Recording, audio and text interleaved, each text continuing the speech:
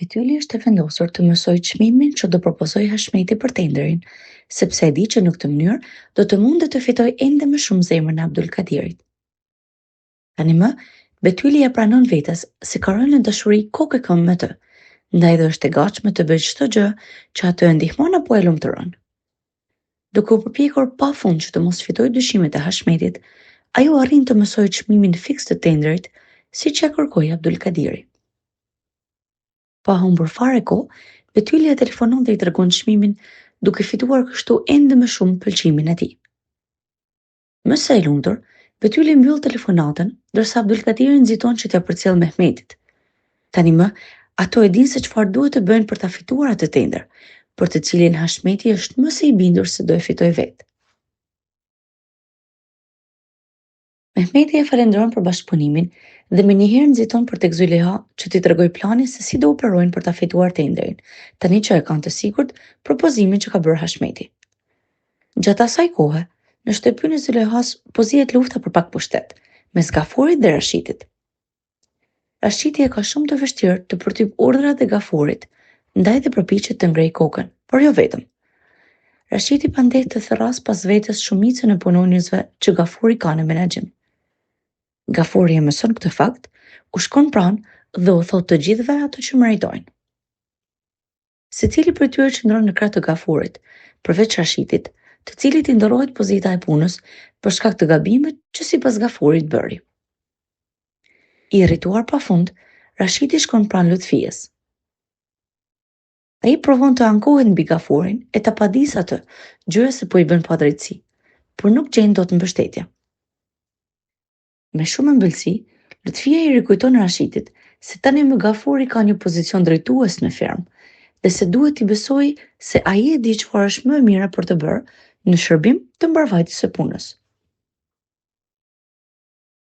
I turpëruar dhe me kokën poshtë, Rashidi largohet nga zonja e Lutfia. Gafuri e shikon dhe bindet se ai nuk ka gjetur mbështetje nga Lutfia, ndërsa Rashidi e mohon duke thënë se gjoja ai as që është ankuar ndo pak para saj. Ndërkohë, nipi i Lutfijes, i dashur i zemrës së saj Fikreti, sapo fiton një armik shumë të fortë. Fikreti takohet me Vahabin për t'i dhënë kutinë e tij, siç i kishte premtuar, por kutinë e dorëzon bosh, pa koleksionin që Vahabi ka bërë me sendet personale të Zyleyhas. Vahabi irritohet, ndërsa Fikreti i thekson se nuk do e lejojë Zyleyhan të cënohet nga asnjë prej manjakërive të tij. Me kutinë në dorë, Vahabi largohet teksa premton hakmarrje shumë të madhe për portalljen që Fikreti po i bën. Një javë fitor kalon nga një moment dhe Fikreti vjen të jetë jo vetëm i sigurt, por edhe i qetë. Në natën e vendosjes së fitimit të tenderit, Fikreti ofrohet të qëndrojë me fëmijët e Zyleyhas dhe Karemalin e Yzymin.